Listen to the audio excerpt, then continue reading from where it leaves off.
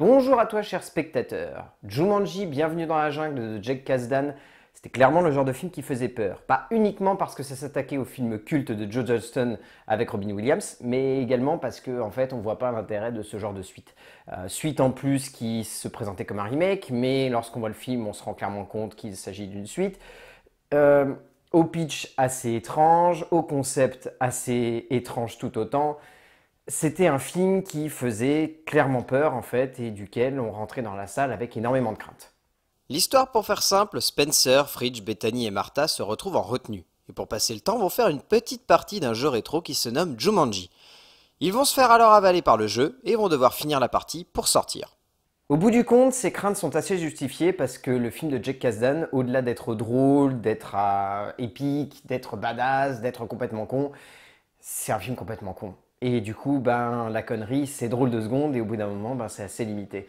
Et c'est clairement en fait ce qui ressort au bout du compte de ce Jumanji. C'est un film limité, c'est un film qui, ok, est fun, mais qui peut pas uniquement se reposer sur du fun. Et le souci, c'est que ça repose avant tout sur du fun. Et au bout d'un moment, ce fun, il plonge et on rentre plus dedans en tant que spectateur. Et même si le délire est là, ça suffit pas à tenir le film sur la longueur. À quoi bon tourner autour du pot? Ce film était déjà dans sa base un projet étrange. Et lorsque l'on voit donc cette forme, on se rend complètement compte du potentiel inestimable, mais également inexistant d'un film qui se résume simplement à un divertissement d'une bêtise et d'une simplicité profonde. Pour faire très simple, la vacuité du propos des personnages n'a d'égal que la bêtise de l'ensemble que cela compose. Mais tout de même, qu'est-ce que ça nous fait prendre un pied monumental dans le genre divertissement décérébré? Ça suffit pas à tenir sur la longueur parce que l'œuvre de Chris Van Allsburg, déjà de base, était un monument de la littérature pop. Et en fait, la réadaptation qu'en font Chris McKenna, Eric Sommers, Jeff Pinker et Scott Rosenberg, c'est une réadaptation qui est assez convenue, dirons-nous. C'est le genre de réadaptation en fait qui repose uniquement et quasi uniquement sur un concept, c'est-à-dire ici faire en sorte que le jeu en boîte devienne un jeu en cartouche. Et en plus, ça le fait de manière assez étrange au sein du film.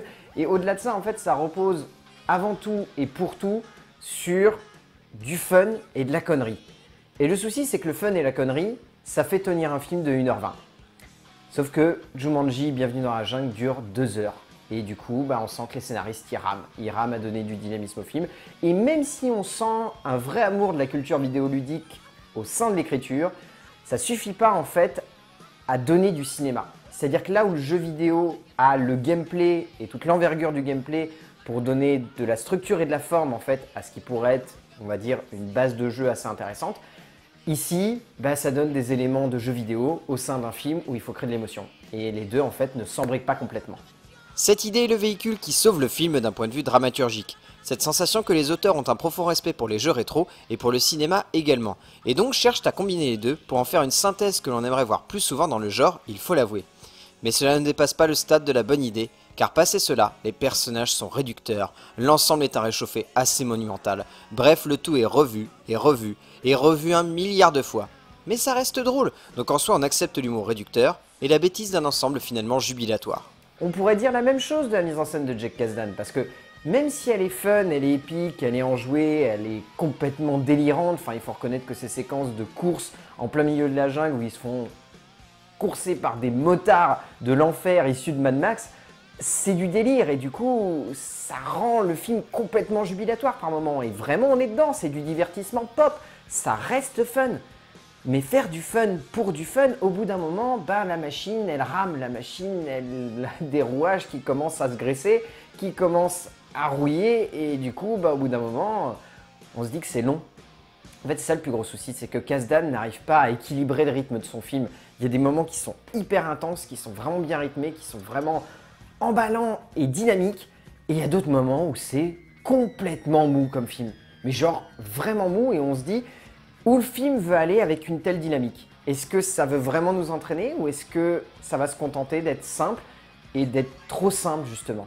Kasdan ne va donc pas plus loin que cela, se limite à du con, voire du très con même, mais cela marche. Cela mène quelque chose d'assez jouissif à l'ensemble, même si c'est tout de même un peu trop over the top et que par moments, on a clairement la sensation qu'il va un peu trop loin et qu'il pourrait être un peu plus simpliste et chercher à jouer un peu mieux avec le spectateur.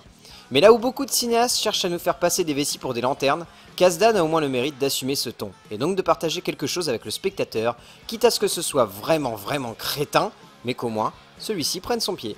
Et le casting est un peu à l'image de ça en fait, il est très en demi-teinte. On a un The Rock qui est à mourir de rire, accompagné d'un Jack Black absolument jubilatoire, et on a un Kevin Hart et une Karen Gillan qui n'arrivent pas à donner de l'envergure à leur personnage. Ce qui fait qu'en fait, tout au long du film, on est comme sur l'ensemble d'un point de vue scénographique et scénaristique, c'est-à-dire on se dit, il y a des idées, mais ça va pas jusqu'au bout. Et le casting, le souci, c'est que le film se repose entièrement là-dessus. Et si t'as que la moitié de ton casting qui fonctionne, bah ton film il fonctionne pas complètement.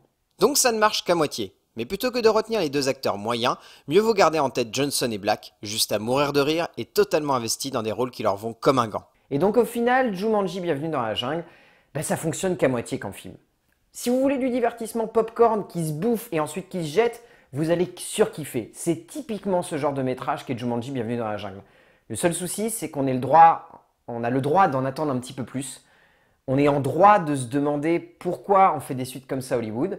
Et même si ça reste divertissant et fun, la connerie qui englobe le long métrage nous donne simplement la sensation que bah, ça aurait pu être plus profond, ça aurait pu être plus ambitieux, ça aurait pu être plus juste. Au final, Jumanji, Bienvenue dans la jungle de Jack Kasdan, ça n'est que l'ébauche de ce qui aurait pu être un vrai film popcorn qui se bouffe et qui se savoure et qu'on a envie de rebouffer ensuite. Manque de peau, on le bouffe. Et ensuite, on est bien content de le digérer et on se dit qu'on ne rebouffera pas forcément la semaine prochaine ou après. Voilà, c'est dommage quoi. C'est juste dommage parce qu'on sent qu'il y avait quelque chose de fun, mais ils n'arrivent pas à l'emmener au bout. Donc je ne vous conseille pas forcément de le voir en salle, mais en même temps un petit peu si vous voulez du divertissement fun. Essayez de vous y frotter, vous verrez bien si ça vous convient comme divertissement. A plus!